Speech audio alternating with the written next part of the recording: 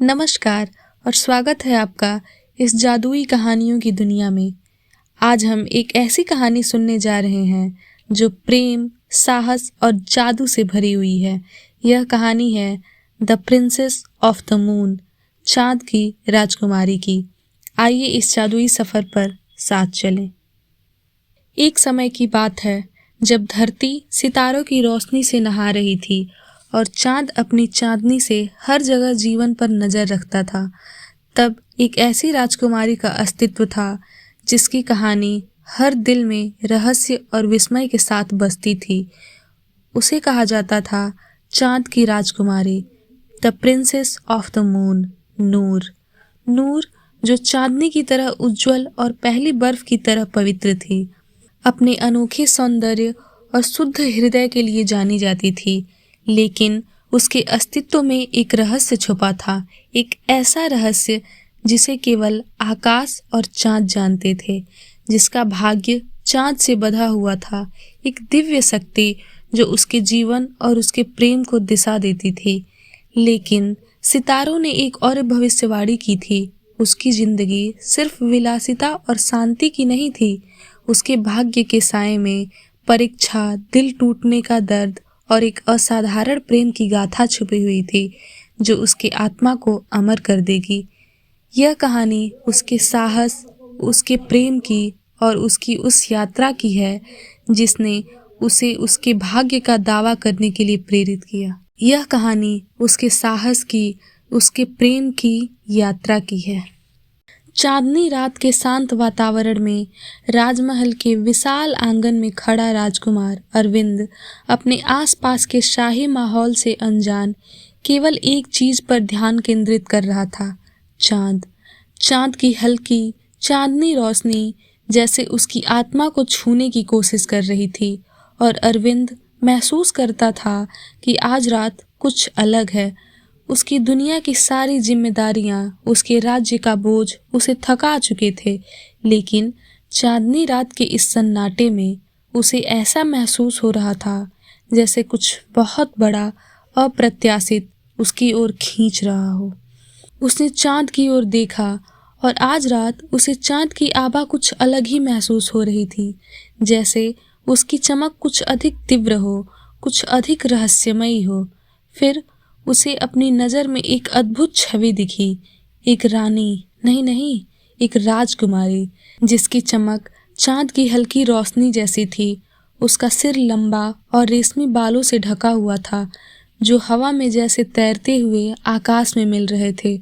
उसकी आंखों में गहरी उदासी थी और जैसे ही उसकी आंखें राजकुमार के साथ मिली, वह महसूस करता है कि उनके बीच एक गहरी, समय से परे कोई रिश्ता है। यह वही राजकुमारी थी, चांद की राजकुमारी, नूर।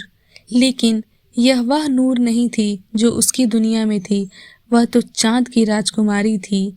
वह एक आकाशीय प्राणी थी जो देवताओं द्वारा शापित थी और चांद पर बसी थी, पृथ्वी से अलग और अकेली। अरविंद के दिल में एक हलचल हुई, जैसे उसकी आत्मा ने पहले ही कभी नूर से मिलने का कोई संकेत महसूस किया हो। यह एक साक्षात्कार नहीं था, बल्कि एक एहसास था कि वह राजकुमारी हमेशा से उसके दिल में कहीं न कहीं रहती थी। फिर नूर ने अपनी आवाज में एक कोमलता के साथ कहा, अरविंद। उसकी आवाज हवा में एक मीठी ध्वनि की तरह गूंज रही थी। मैं एक शाप में बंधी हूँ। यह शाप खुद देवताओं ने मुझे दिया था, एक अपराध के लिए जिसे मैं याद नहीं करती। मैं चांद पर बसी हूँ और मुझे कभी भी पृथ्वी पर नहीं उतरने दिया जाएगा। अगर मैं यहाँ से चली गई तो मैं सब कुछ खो दूंगी, अपना नाम, अपना अस्तित्व, अपनी पहचान, सब कुछ। अरविंद का दिल उसकी बातों को सुनकर कसकर धड़कने लगा और उसे एक गहरी पीड़ा का एहसास हुआ, जैसे नूर का दुख उसकी आत्मा में समा गया हो। लेकिन वहीं एक और भावना थी, एक जबरदस्त चाहत, जैसे उसका प्यार उसे रोकने के लिए बहुत ही मजबूत था। मुझे बताओ, मुझे क्या करना होगा? अरविंद ने कहा। उसकी आवाज में दृढ़ता और प्रेम का मिश्रण था। मैं तुम्हारे लिए हर कुछ कर सकता हूँ, मुझे सिर्फ तुम्हें मुक्त करना है। नूर चुप रही, उसकी आंखें नीचे देखती रहीं, जैसे वह सांप के भार से दब गई हो। अंत में उसने अरविंद की ओर देखा और कहा, मूल्य बहुत बड़ा है, केवल एक सच्चा प्यार ही इस श्राप को तोड़ सकता है। लेकिन यह वह प्यार होना चाहिए जो कभी नहीं डगमगाए, कोई और वस्तु या इच्छा से अधिक मूल्यवान होगा। क्या तुम अपना दिल, अपनी जान, सब कुछ छोड़ने के लिए तैयार हो? अरविंद की आंखों में कोई डर नहीं था, उसकी पूरी इच्छा शक्ति नूर की ओर झुक गई थी। मैं अपनी जान भी दे सकता हूँ, उसने कहा।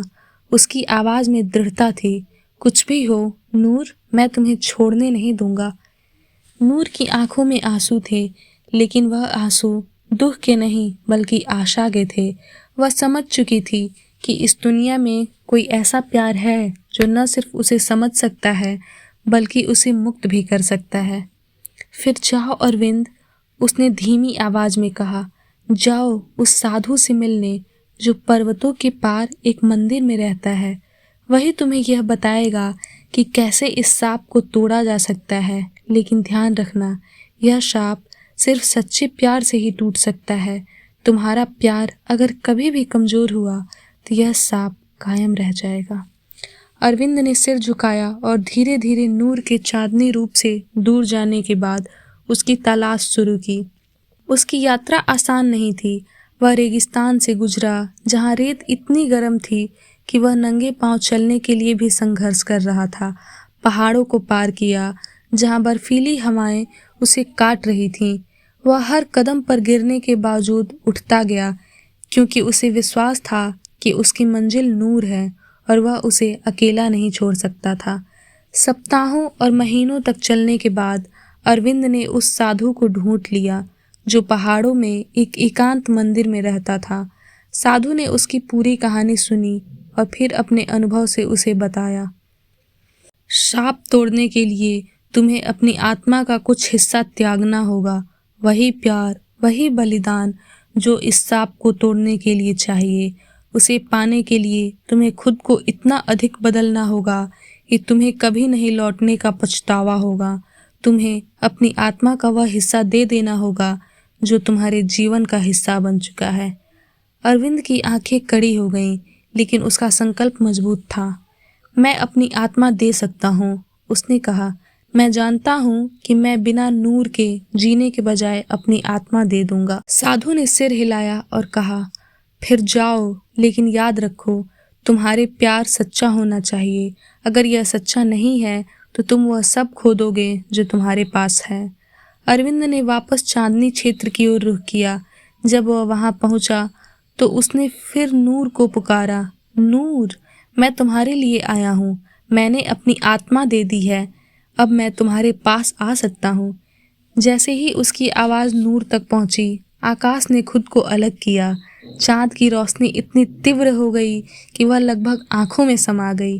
फिर वह चांद की राजकुमारी नूर धीरे धीरे पृथ्वी की ओर आ रही थी। उसकी पांव पहली बार पृथ्वी से जुड़ने लगे थे।